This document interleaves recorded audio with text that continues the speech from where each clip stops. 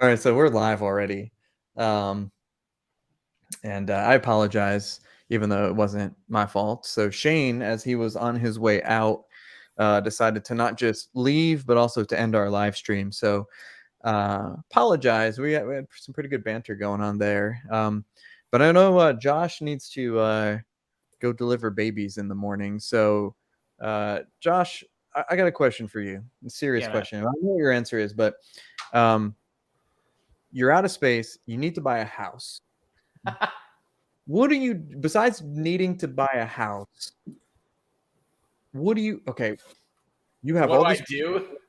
what do you do? Do you rebox things? Do you Yeah. rotate? What do you do with space? How do we Yeah. deal So with this?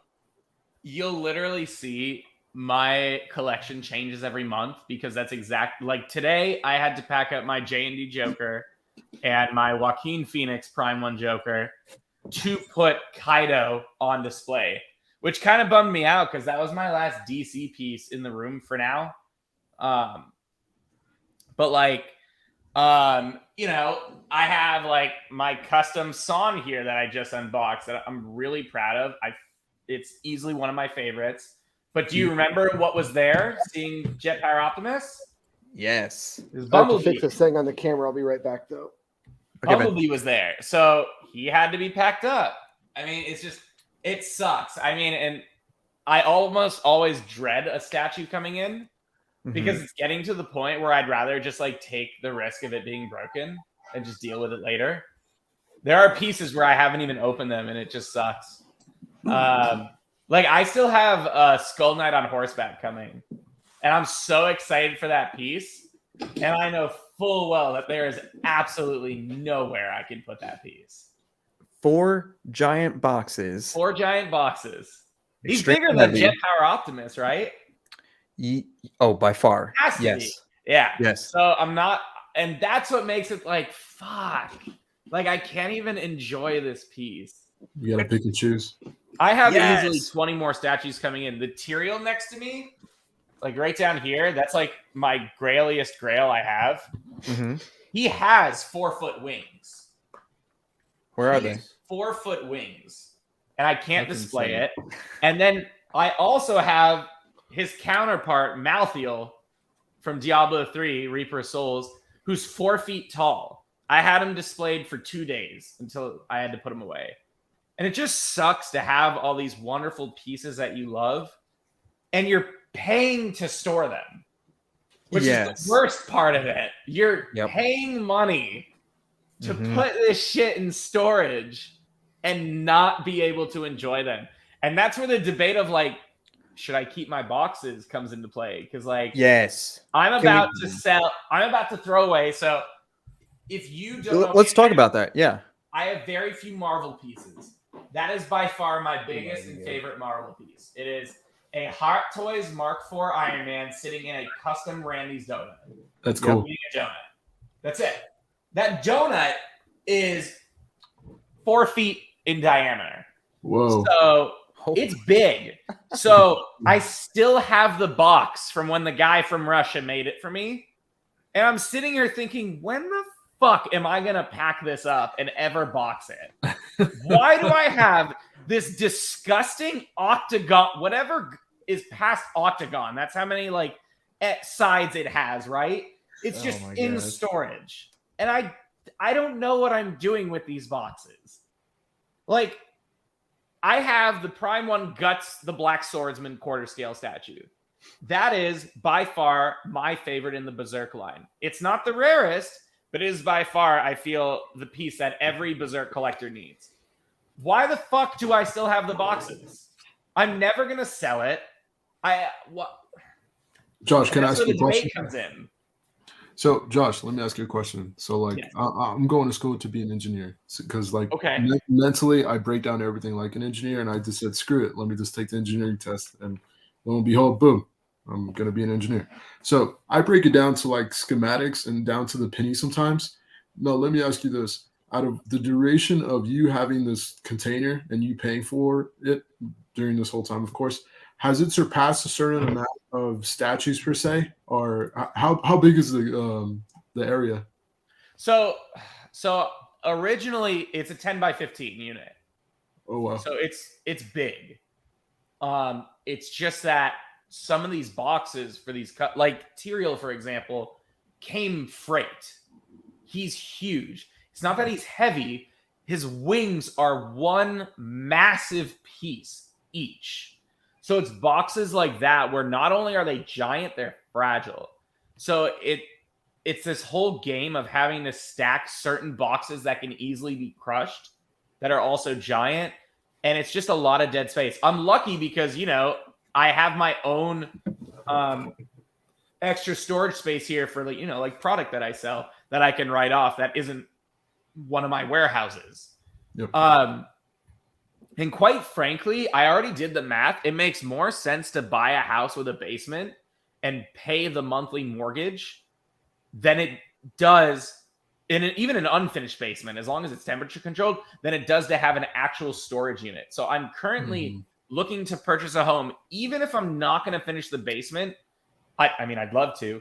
I would save more money. And in the end, like, the goal for Comic Concepts, and I've only said it a couple times publicly, my goal is to open a social, I don't want to say disability center, because it's not a disability.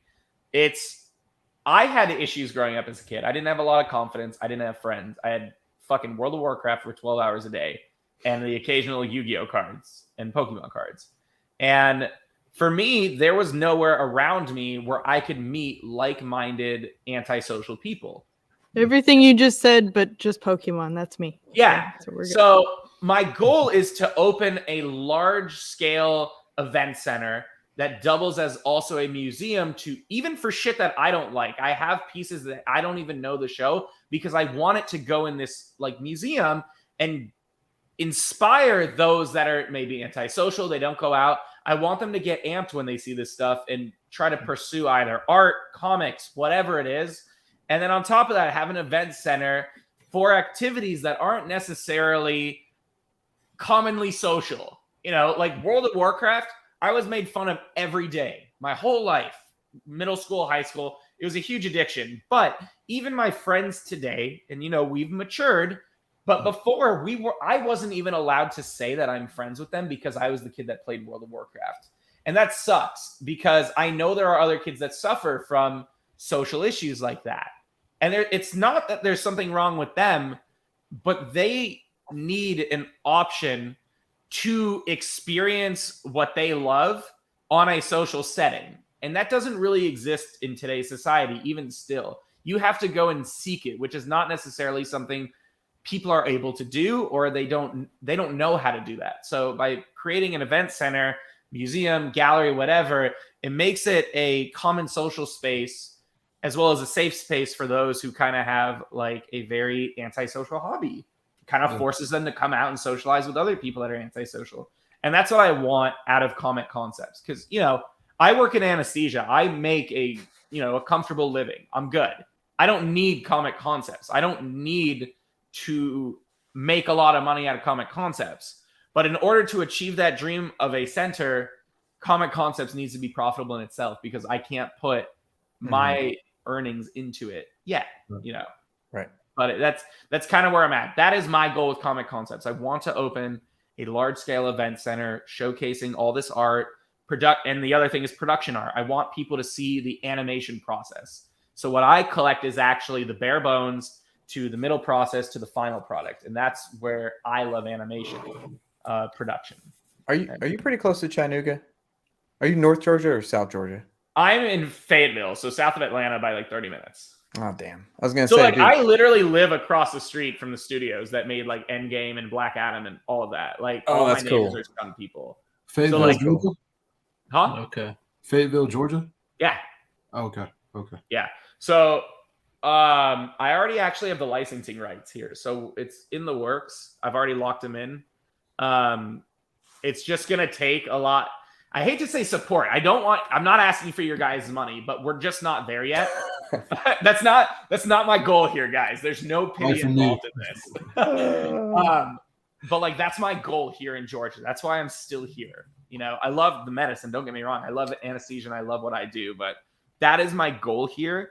And the studios are actually already very interested in my concept. So we're working on a couple options right now.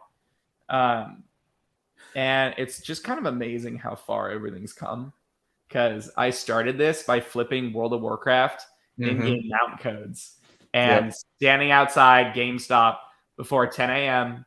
every opening to flip Pokemon plushies for $20. Oh my God. Wow. That's how I started this in anesthesia school, actually. And the other side is Sideshow. Like, I grew up with Sideshow because their first ever warehouse was actually right next to my dad's like eyewear business. So I used to play with the throwaway parts in the dumpster. Yeah. So I still have my first ever statue. The CEO of Sideshow gave me a World of Warcraft exclusive Blood Elf versus Draenei. And to this day, I still have it. And like from that piece, I have led into all of this, which is really amazing to me because I never thought I'd be able to get all these toys, man. It's so sick. You know, and I want people to have those opportunities.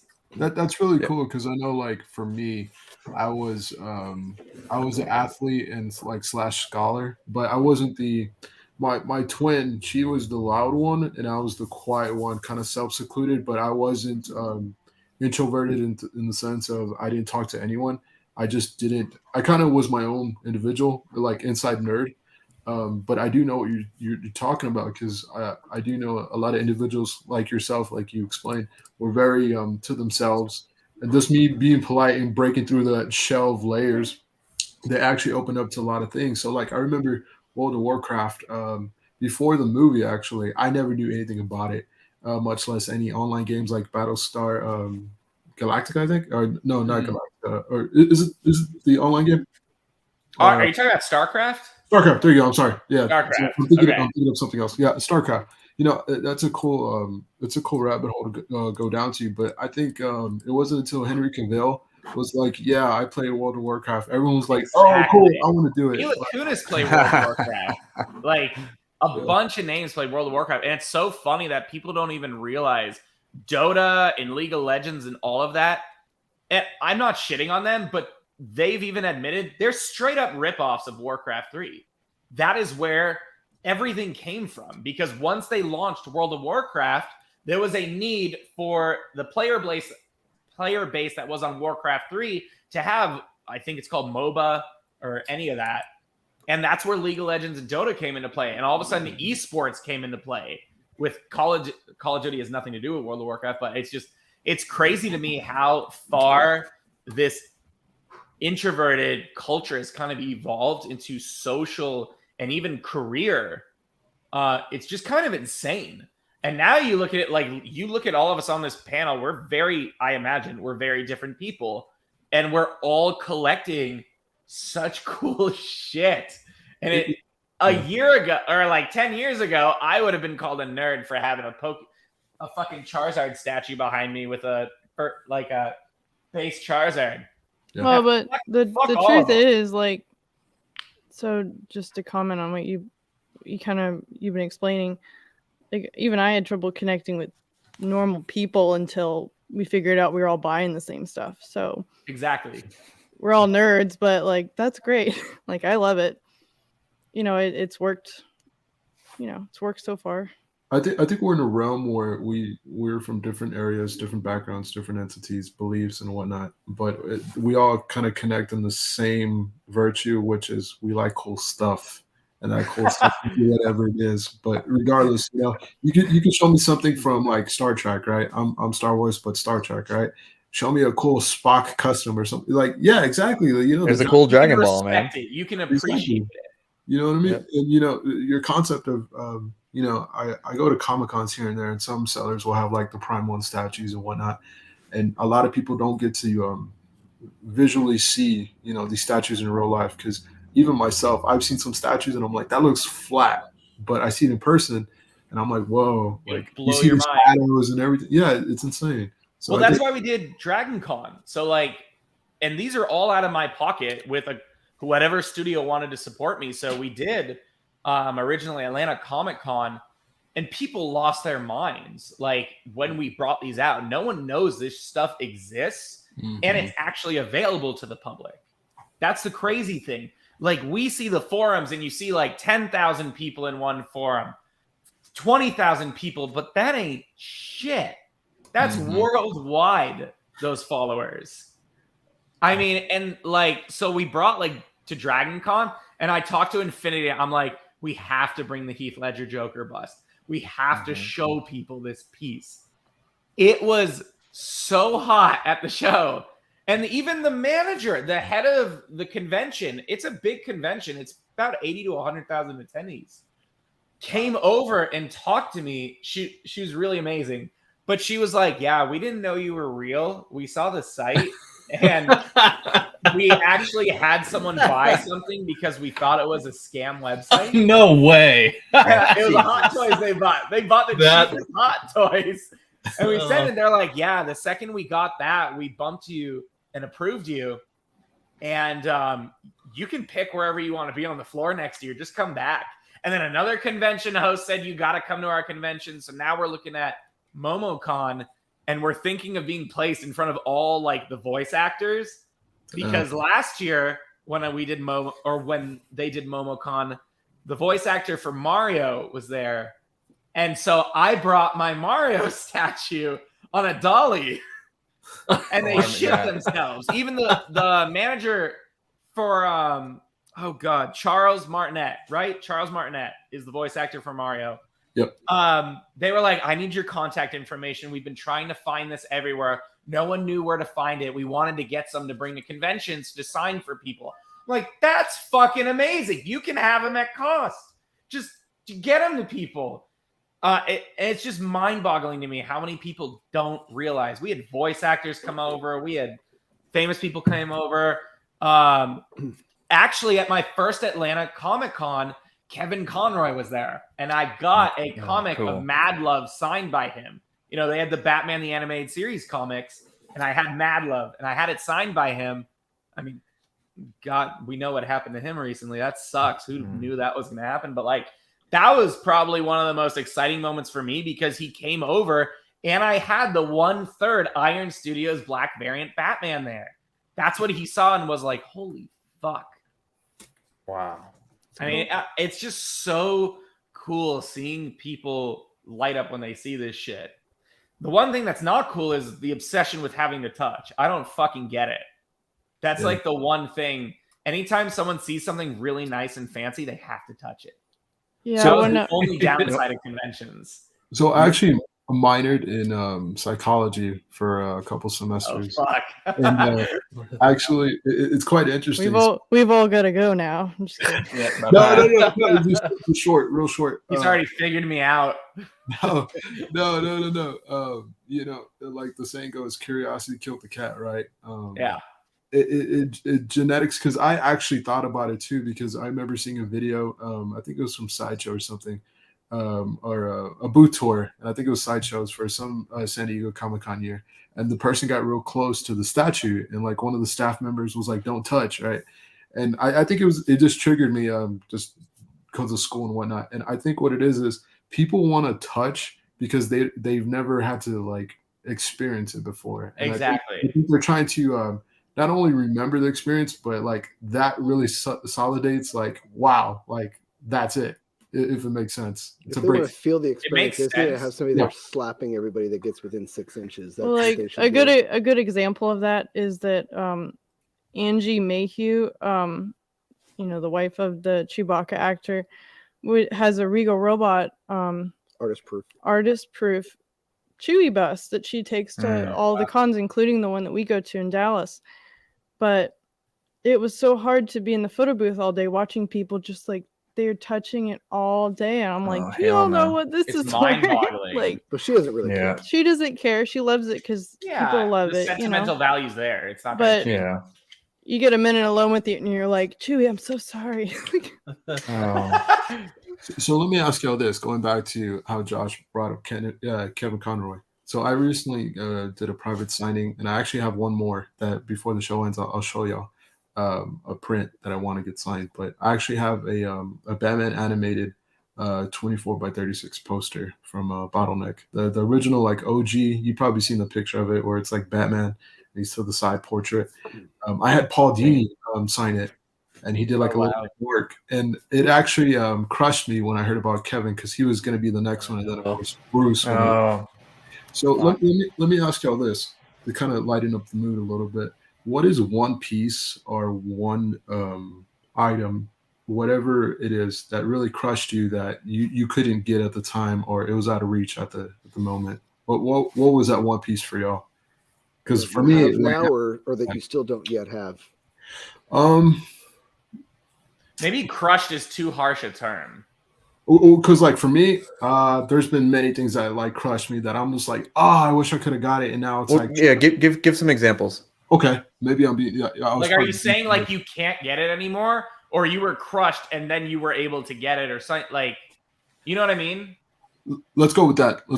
Yeah, at the moment I wasn't able to get it, but Johnny, and how does that make you feel?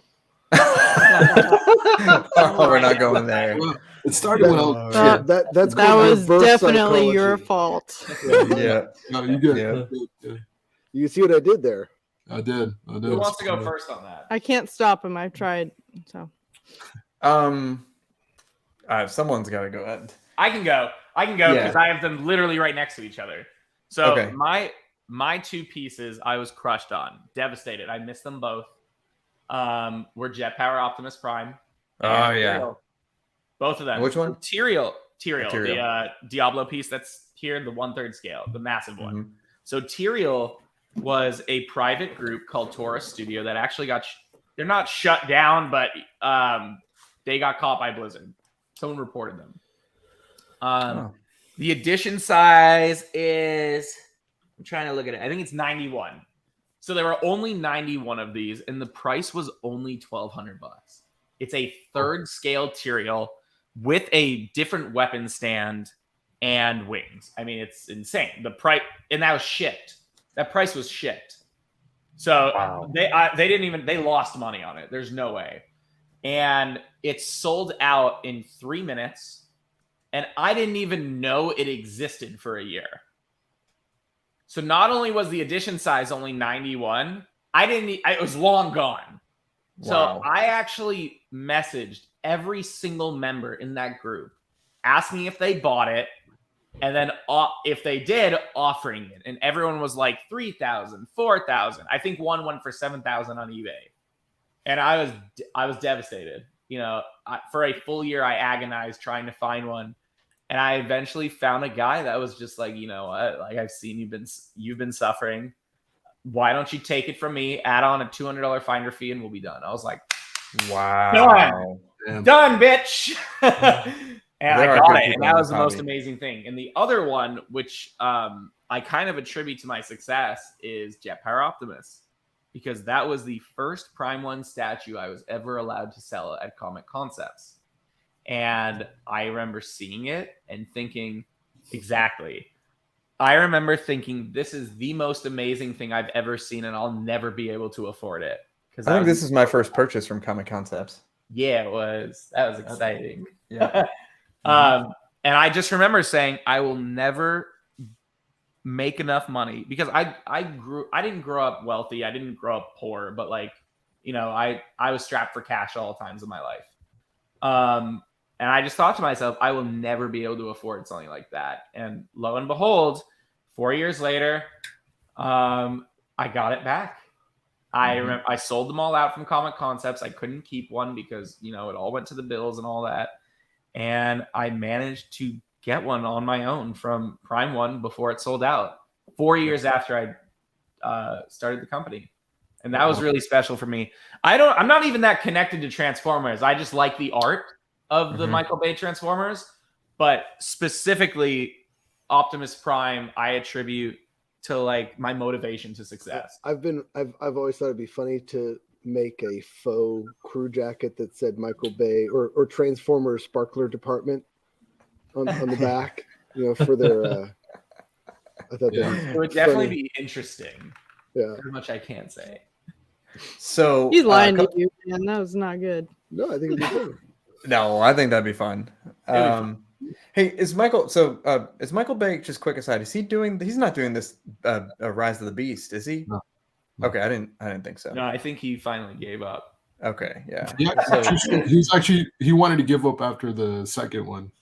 Oh, really? He did an interview, but he was like, man, Steven told me, and I forget who else, but Steven Spielberg and his colleagues, they're like, don't do it, man, don't do it. But the money just kept on coming in, and he was like, screw it. Are you excited for the Rise of the Beast? One? Yes. I freaking love Beast Wars. No, I'm not. I didn't ask if you love Beast Wars. I asked if you're excited for this specific one based on the trailer. There it is. So, no, hang on. I haven't really so I watch a show called Blaze and the Monster Machines, and I watch Elmo, and I watch like Paw Patrol. Backyard. So I don't even see. Oh, here. I turned on. What did I turn on? I turned on the Paramount Plus Transformers for my son. I'm like, let's see if this is cool. And he's like, don't want to watch it. And I'm like, okay. But anyway, my point is, I don't really see trailers anymore.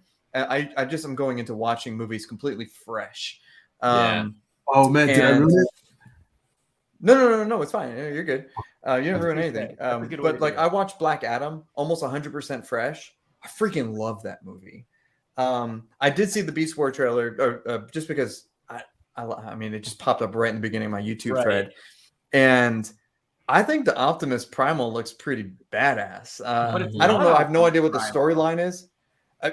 It's Optimus Primal, right? No, it's some other fucking character as far as I saw. It's not Optimus Primal? I don't think so, dude. Oh, shit. No, which is where I'm confused. Maybe I misunderstood it, but I feel like the trailer is supposed to be like the most exciting parts of a movie.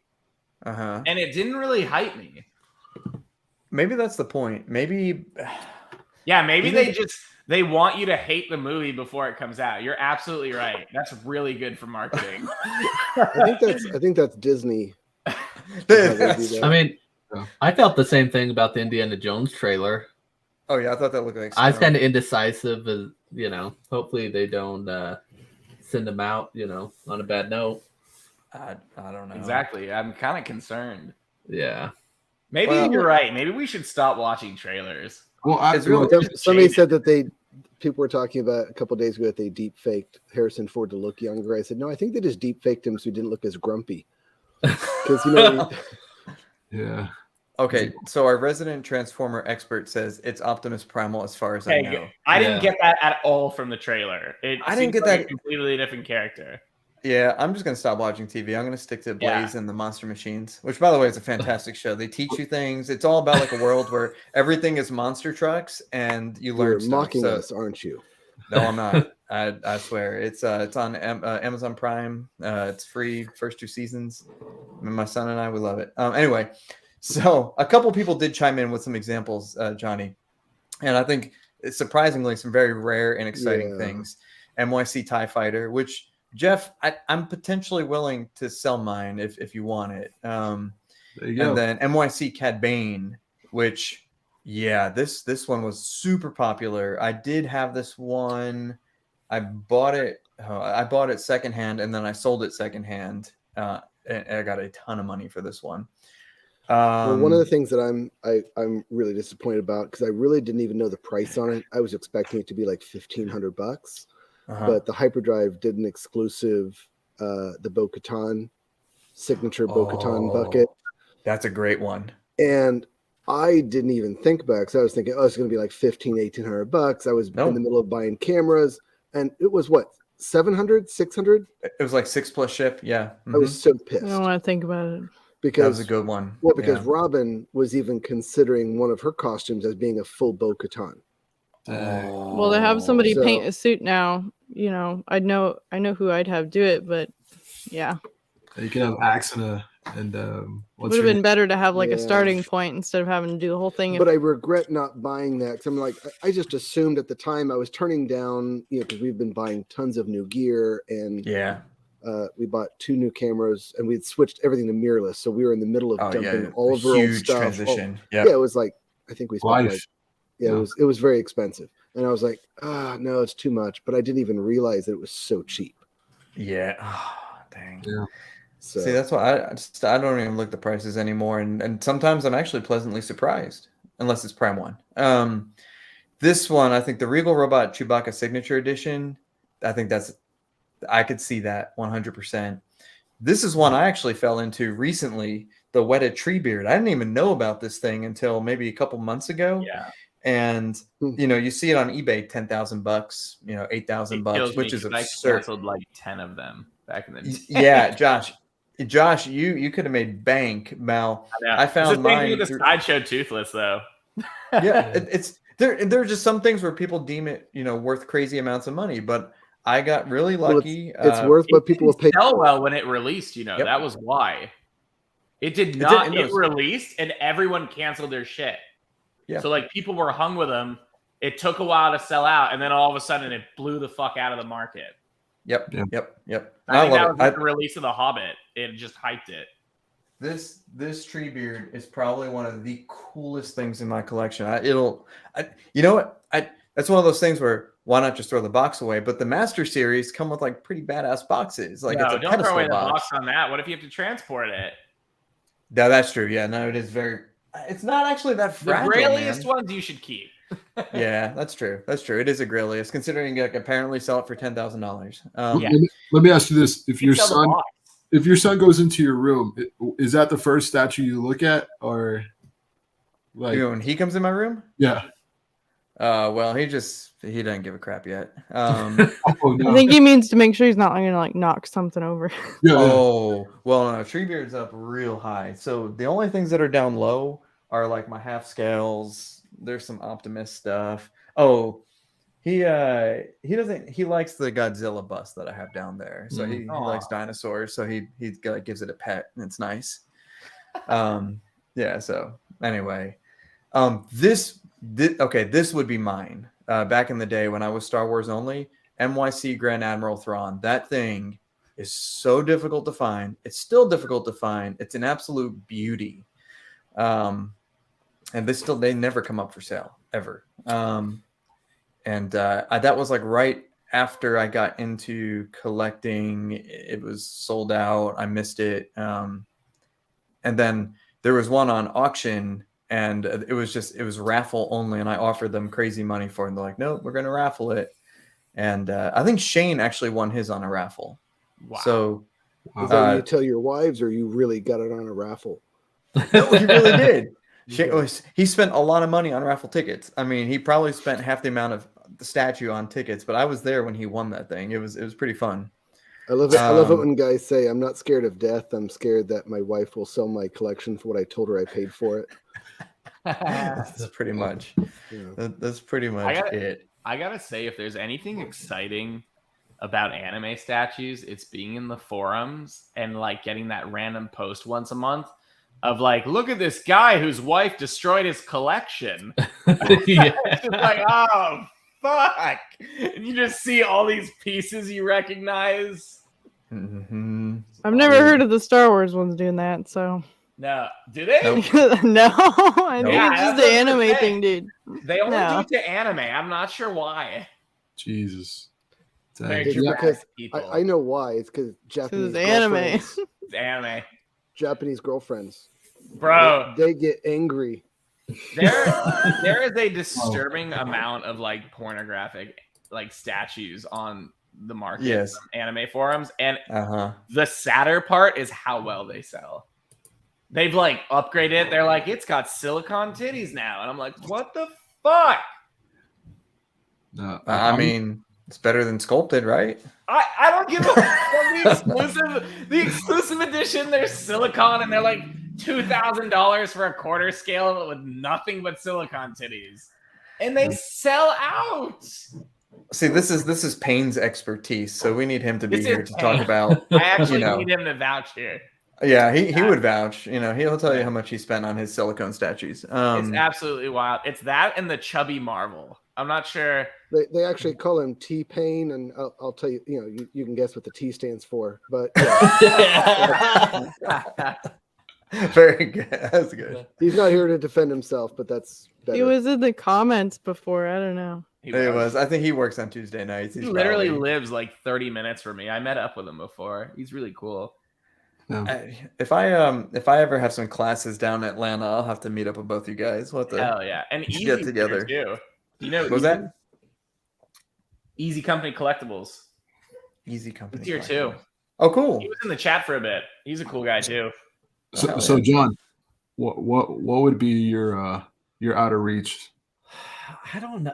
I don't really live by that. You know what I mean? Because I just have everything. But yeah, no, it just everything that everything in the beginning. There was something that like you wanted but you couldn't get. Like not even in the beginning. There's nothing you wanted. You had to wait like 2 weeks to get. I mean, as an example. Not really. I mean, for me, there's always something new coming out. Is there stuff that I want? Yeah, that I missed out. But I wouldn't say they're like not attainable. You know what I mean? Maybe because they're not maybe because be you didn't know about it. Maybe that's a good point. Yeah. So I don't know. I don't really go by that. So there's always so much new stuff coming that you kind of forget about stuff. You know. What about something that's not a statue? Like that's what? Maybe not a statue. Like what? One thing I was bummed out. I was like Johnny. Like I wanted to get a Kevin Conroy autograph. Like I have his poster, and that was like a huge show growing up. And I've kind of got into. I went to my first Comic-Con this year, so I was like, man, that's one person I would like to go see and have him autograph a poster. I have a Oh my god, I'm really bad with words, guys. This is why I'm not an English major. Controversial. I have a controversial question for the panel. Let's do it. How do you feel about the markup on figures, statues, whatever, after an actor or actress dies? Or signatures, anything collectible. So what are your thoughts? So I'm not into signatures. I mean, I can appreciate them on like a plaque or something, but to me, I think so. We've had the opportunity to meet some pretty cool people. Some of it from work, and some of it as 501st members. But for me, I find it a lot more enjoyable and memorable when you meet them casually and you're not paying for a fake experience where you get like a photo standing of them in front of a background advertising whatever con you're at, and you have 30 seconds of their time and you paid for it. I just don't find that. I don't know. It doesn't feel like a real. I think from hearing other people, I know that it would be expected for prices to go up after somebody passes away. I just think that, I know I've only heard little bits of like the Harrison Ford thing where his autograph is so expensive, and I'm like, how much longer do you think you can get that autograph? That's different from him because he doesn't. There's a lot he doesn't sign. He's always he hates it, so that makes it hard for people to enjoy all of that. Which I understand, but if I was going for that, I would expect to pay more. But it doesn't mean you have to. It doesn't mean I would like it. For someone you haven't met. Yeah, for somebody. I've never understood that. Yeah.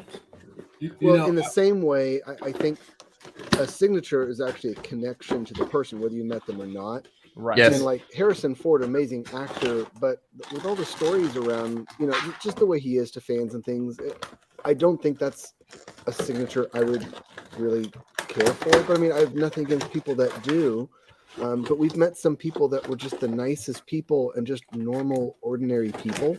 Mm-hmm. And I'm like, I'd be more inclined to want a signature from one of them, very down to earth, normal, cool person, or just have a nice conversation with them more so than. Well, the nicest one we had, we got to meet Adam Savage, but we had a gift for him. We weren't like gonna. We were debating whether or not to buy an autograph. Signature just to meet him to give him something, but we were there with press passes. And they said, "Well, you're press, you can just go up." I said, "Well, but if he's already closed," they said, "No, go up and you just give him, and that'll be fine." So we waited. As he was packing up, I said, "Look, I don't mind paying for a thing, but I just want to give you something." To just like pass it up through his rep or something, and they're like, "No, come on down." No, he was really cool. He talked to us for like 20 minutes. Yeah, Adam Savage hung around at the end. And he seems like a really cool dude. Oh no, he was really fascinating because I haven't told you guys, but we also have a commercial laser. We saved up and bought a commercial epilogue laser like 2.5 years ago, and we started playing around with some stuff. So that's one of the reasons we love Adam Savage and Tested is materials and industrial design, and cool. I love making and designing things. So we had some cool stuff. Like, I'm not promoting myself. I just want to show you something. So like, this is you can promote yourself. It's fine. You're fine. Well, a coaster, but it's like one of the things that we make. It's made out of laser cut neoprene coated Kevlar. So that's cool. I gave Adam Savage one of those, but it's just really cool material. It's made in Sweden. Yeah, Sweden. No, I don't remember. Or Switzerland. I can't remember. But no, I mean, it was really I know it cool, doesn't really answer your question, but I think I'm way off. Well, but it's a cooler experience when you have a connection, and it's like, this is something we only have 2 of, and I have one. And, I think the better stuff you get the better stuff when you're not asking for anything, and that goes for any celebrity that you might meet. Mm-hmm. But it does probably hurt a little more to pay for stuff when after somebody's passed away, because not only are you trying to remember them, you're literally paying for it. Now, I'm not into that. Such a nice figure. So I don't really know much about that, but that's Green Charizard, right? Close enough. Yep. No. I'll give you a pass. All right. Josh. So, go ahead. Ben, sorry. I was gonna say I literally experienced this. Was it 2 weeks ago, or however long it's been since JDF passed? And I did the same thing when Boba Fett passed. Last year. Yeah. I'm always up early, and I'll be right back. What was that? Okay. Anyway, I'm always up early, and I got the news, even if it was like, hey, this may have happened, and I'm like, you know what? Crap. This is like my childhood. Dragon Ball Z was a little bit after. Power Rangers, obviously, a little bit younger. And so, Green Ranger, obviously my favorite. And the thing that ticks me off is, I'm only an hour from Chattanooga, and he was going to be in Chattanooga one weekend, but I was in Knoxville, where I live. And then it's like, oh, he's coming to Knoxville. And then I was going to be in Chattanooga that weekend visiting. It's a killer. Yeah, visiting my in-laws. And that was earlier this year. And I'm like, I'll just see him. He'll be back. This is a pretty busy area. So a lot of up and coming. And then that happened. And so I went on eBay, our favorite place. And, this was super early in the morning while there were just maybe rumors floating. $700, $800. No, dude, this is, what's the retail price on these things? Like $129 or something like that? Yeah, $130. I think I got this for like $199 on eBay. That's fine. And I was like, okay, I'll do that. The same thing signed, selling for like 500 plus, later that afternoon. And there was someone actually bitching about it in Facebook. They're like, well, I bought one and something happened and I don't want to pop the tape. It's like, dude, this tape is going to pop regardless. It's so cheap. Just be proud or happy that you have it. And so this was kind of a redemption thing for me, because I put off both of his signings in Tennessee that were in my hometown and an hour away. Yeah. And I was like, I have to have this because I was going to do it anyway. And I think the signatures for the people that are into the autographs, and I completely respect it, it's just a different type of collecting. But you do have to prioritize if you can only have certain ones, whether it's time constraint, money constraints, or if someone's no longer with us. Yep. Which one are most important? Which one do you focus on? In what order? And heck, if you wanted to have a poster with a bunch of signatures, it's like, man, that's all of a sudden trying to get them started in what order to get them all on there. Or like you're pointing out, it maybe not a signature, maybe a figure or something. Where the next day, if you wait a whole day after, it's going to cost a lot more. No, let me ask you all this, because I have an upside and a downside to it. And to answer your question, Josh, I saw that issue with some when Kobe passed. Because, here in San Antonio, Spurs, the trio, Manu Ginobili, Tony Parker, Tim Duncan, right? Yep. Trying to get their autographs. Once they retired, they kind of locally got harder, and it kind of like the scalpers, in a sense, would kind of flip it because they retired. They're no longer going to the facility, whatnot, da. But I remember when Kobe did his last run, some guys were like, hey, here's this signed jersey, right? Whether it's official or knockoff, it's still a signed Kobe jersey, right? I think metaphorically speaking, 1,300, right? But some of those guys stashed it for their own personal collection.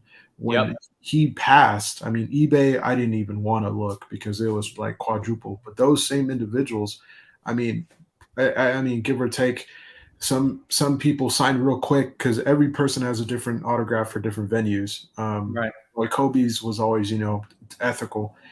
I want to say if they were selling it back then for 1,300, they were now selling it for like 4,000 or 5,000. And to me, I always see things from a different scope before I get personal or emotional because I'm not really an emotional individual. But it's absurd in some senses, and it's understandable. I get it, but is it necessary? No. But I get it, supply and demand, right? So, let me ask you this. I'll ask you a question with a question, right? So I met one of my idols, Jason Momoa, and having long hair, I was much more fit at the time. But I always perceived like, yeah, y'all come Aquaman or whatnot. And I would always say he's my twin.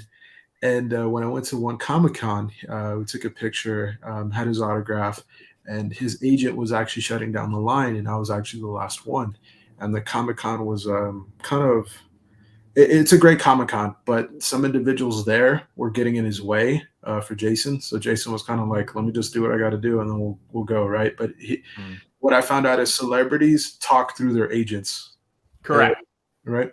So he was real quiet, and I was just kind of talking to him, and he actually talked back to me. Like him and I had a short conversation. Right. And his agent, give me a second, because she was like, Jason, we got to go. Jason, we got to go. Like every minute or so. They're not allowed to talk to other people. The agent is there to be their liaison, basically. Exactly. It's really annoying. It's kind of sad, but it really is. And I get it because as I tell like my parents and whatnot, right? They're like, why do you spend all this money on this? But it's the experience and the memory that I get to have. But also, it goes farther when you see the humanity, right? Because at the end of the day, I've never been one like, oh my gosh, right? Like if I was to see Harrison Ford pass by me, because I already know the individual, right? He would probably just be like, hello, or just not even acknowledge me, but just saying, I got to see him in the flesh. It's good enough for me. And I know some people will just like drop everything and just freak out. I luckily have never been that individual. But check this out. At the same Comic-Con, I met Jason. I met Dolph Lundgren. If that's how you say his name. Yeah, there you go. Because he was also in Aquaman. Excuse the background. I have this big clock. But there was also another headliner at the time, Amber Heard. Okay. I got her autograph as well. Now it was an interesting thing because this was before the whole trials, of course. Right. It was a couple years back, but as you know, my name is Johnny, right? And I was actually waiting for I think his name was Yaya something, but Black Manta, he was also there. I was waiting in his line. He was behind. Her line actually just opened up and I had VIP, so I could just cut through everyone, right? I was the first one for her first session signing. Okay. There was about probably 4 to 6 bodyguards and 3 undercovers, like police. And they literally asked me, how can I help you? And I was like, like I had to go like through 2 people just to get here, right? Like I'm here to get my poster signed.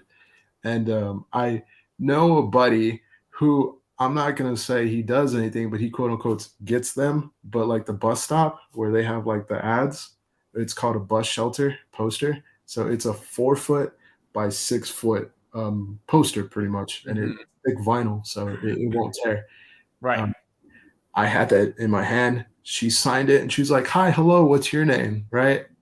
The guys in the Black Manta line, they were like, don't say Johnny, dude. Whatever you say, don't say Johnny. And I was like, what? Like a trigger. Yeah. And I was like, use your middle name. Yeah. I was like, dude, like, what do you like? I don't know what's going on. They're like, dude, just trust me. And I was like, okay. And they're like, so when it came to being, she asked me, I was like, my name's John. Right. She's like, oh, nice to meet you, John. Da, da, da, da. What do you want me to sign? And I asked her, can you inscribe? Because some celebrities hate it and they won't even acknowledge. But she actually signed pretty good, and she has great penmanship. And she added her title of the movie, which was Princess Mara.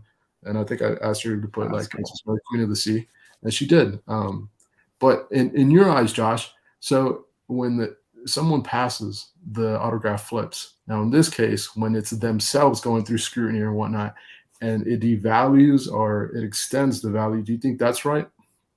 Yeah, I do actually. So mine is not the popular take on this.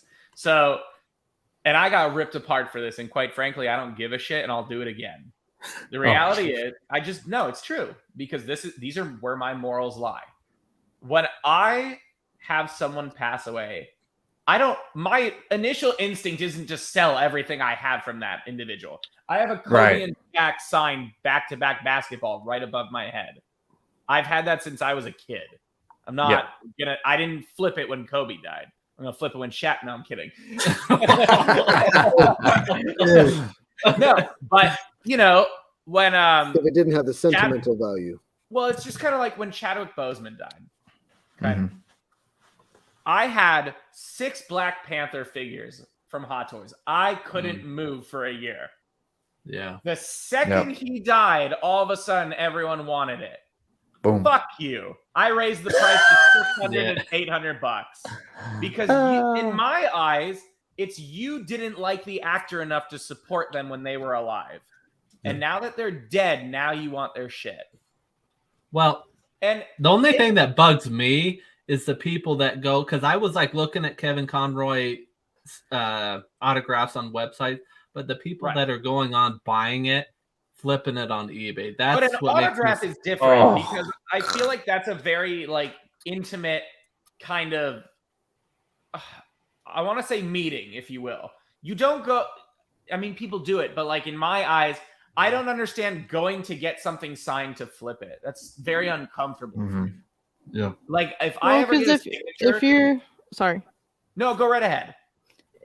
Well, I know how much the signatures cost, and I don't really go for that, but I get to meet a lot of people for free because of the dressing up that we do. They hang around, you get to meet them, and I know the value of that, but I know if and when I put money down for that, you only get, what do you get, like a minute and a half with them, and then you move on. Like, you try to remember all of that as much as possible.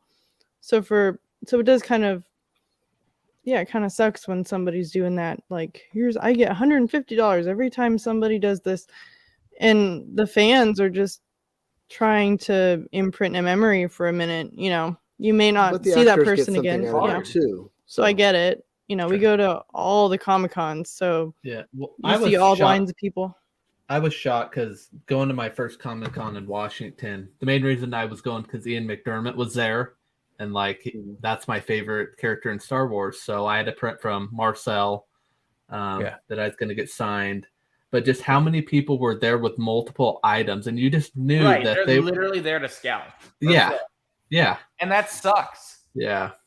And you could kind of tell too in the quality of like what it is, because I know like for me, I'm big on art prints and like cliches, but some guys who will just bring like a stock like printed like from Walgreens or wherever, a Kodak printed picture and just have Sharpie on it, not even a paint pen or anything, just like a Sharpie signature and boom, Well, I mean, here's the thing though, in my opinion, the actors could just as easily have their own website to do that. So if they want to control that, it all comes down to supply and demand. They could actually, so if it's $100 autograph, and somebody's going to flip it for $350, the actor themselves could just as easily have a website where they sell prints directly from themselves for $175. I mean, think about it. You do that. Well, some of them do.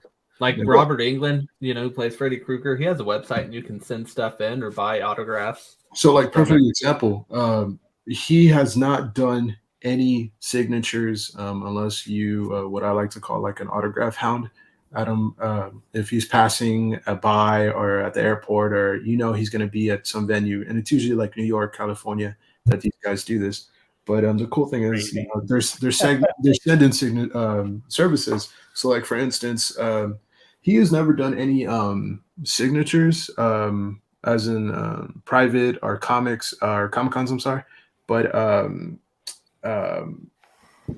Twilight, Robert Pattinson, right? He's never done anything really in the sense of that realm. So he's finally doing a private signature service. So I saw that. Yeah, this is a Jim Lee print for the promotion of the Batman before it released, and it's a cliche with hand deckled edges. I'm terribly showing this off, but I mean that looks really cool. And he's gonna sign, right here. I personally don't know what his autograph is. I don't know. Sign it, close enough to the print you can still frame and mat it.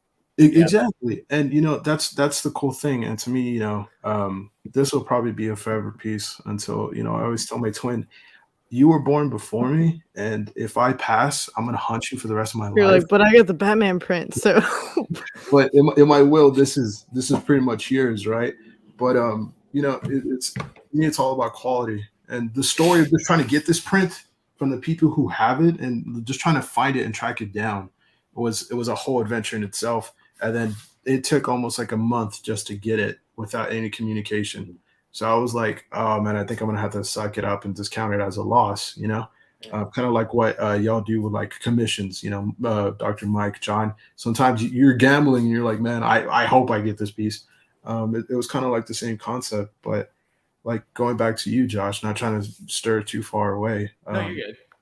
Yeah, like it's a cool thing to have autographs, but if you're doing it in the wrong sense to make it like a business or to make it profitable to where you're relying on it a lot, I don't think it's cool, because even those celebrities, they do get anxieties and whatnot. I think I read an article recently why Millie Bobby Brown doesn't acknowledge paparazzi anymore, even though when she was growing up she did, and now she just has like internal anxiety because of like them hounding her all the time. Right, so they're always watching.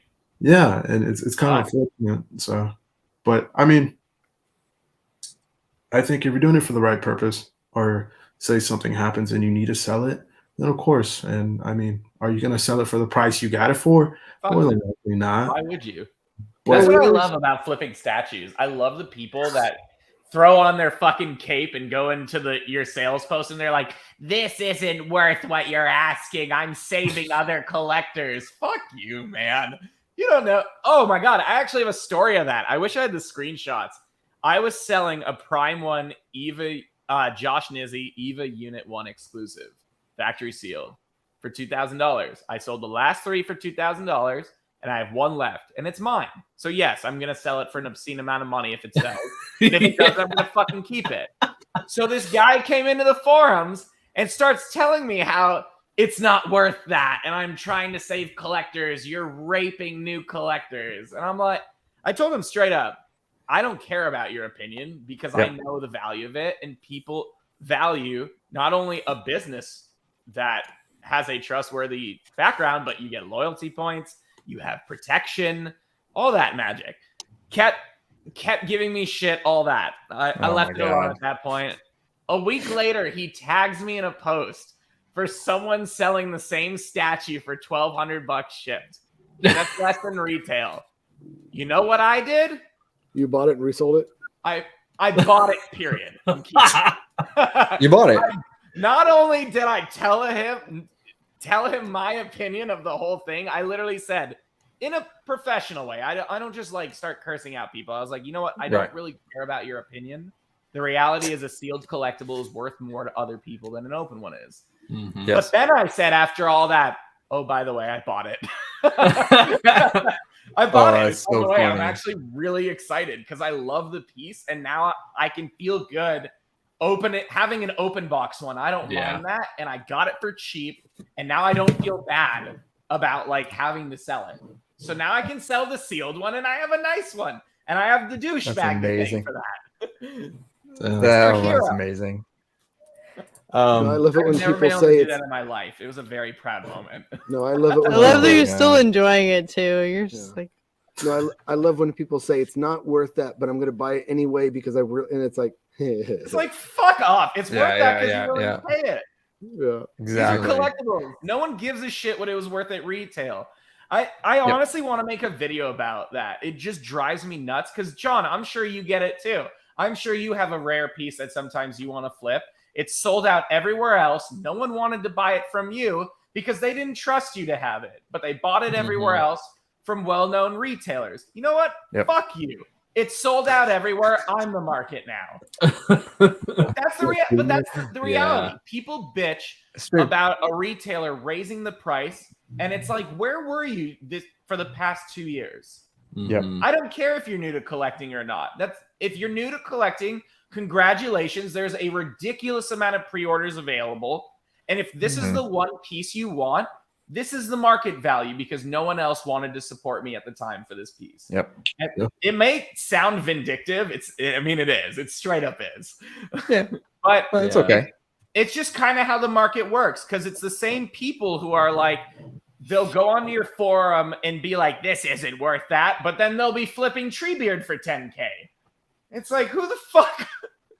It's like, oh, so when it applies to you, then what you're asking is a lot. And it's amazing what you see. Well, and how many times do you see when stuff starts getting about waitlisted or whatever, people start buying it up just and buy up all the shit. That's what they want to like, do. what do you mean there's a limit of 1? I want 3. Well, there's other collectors. I want more. Yeah. You know, in the very beginning when I was reaching out and trying to get collectibles, and, you know, unknowingly, you know, contacting guys like, hey, like this was $120 like 3 years ago. I didn't know the rules and ligaments of like collecting at all, right? Right. No one explained it to me, and it was kind of like you learn as you go. But I learned this especially with Star Wars, is there's the culture we all know, right? We're all individuals, but at the end of the day, we're nerds. But there's different types of nerds, and there's some really douche people. And I'm like, dude, we're all the same. Like, are you kidding me? But I think everyone's moral compass is very different when it comes to collectibles. Yeah, and you know, this is the main reason why I like this show, because of John and then Shane just being insane in a good way, and then you got the composed like Dr. Mike. But I mean, I would know guys who would be like, I think I'm pretty composed. So, I mean, Shane's interesting in his own right, but like, just like Dr. Mike just being like. And this is not like boosting anyone, but like there's people out there for a fact that I would know that if they had like half of the collection that Dr. Mike has, that would be like, you know, I'm the best, and you know, I have the most, so that makes me more prestigious, you know. And well, that's really a confidence issue that they suffer from. Yeah, I wouldn't worry about that. Unfortunately, I see it a lot. You know, a lot of guys they say, "Oh, I'm selling this for this amount of price." Cool, right? And then they go and turn around and get something better, or like, you know, and I get that. Cool. You know, that's what the game's all about. But when you say, oh, thanks for helping me because that piece sucked anyways, right? It's kind of like, well, like, what do you... They develop a god complex. They think they're like the voice of collectors. Oh, let's talk about this for a second. Well, 2 things. Number 1, I need to go to sleep. So I'm going to say that right now. And number 2, so do you, Josh. I desperately do. I'm enjoying myself though. No, I know you are. And I want you to keep going. Number 2 is what was my number 2? Crap. Number 2 is I don't value my self-worth based on the value of my collection. Exactly. I honestly don't give a crap. Okay, hold on. I love my collection, but I don't really give a crap about it. If you lost it in a fire, would you be desperately upset? No. Exactly. That's when you know you're a healthy collector. Okay.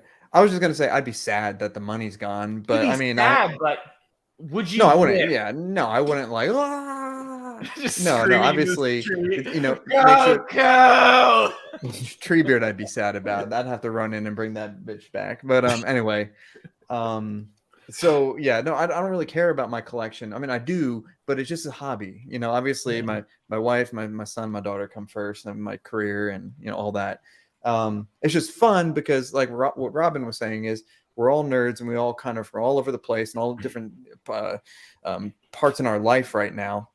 And but we all somehow can come together and have some fun. So I'm going to say this before I go to sleep. So number 1, we didn't talk about, but Josh talked about what he was going to do with running out of space, and then we got completely off track, and that's fine. We can talk about running out of space anytime, because I'll tell you what I need to do is I need to buy a new table, and that's what I was trying to do because I need to make room for Mark 7. And then the other thing I wanted to touch on was, there is no voice of the community. You have vendors and you have collectors, and I guess you have influencers. I don't know if we fall under that category, but like Josh is a vendor. He's also a friend.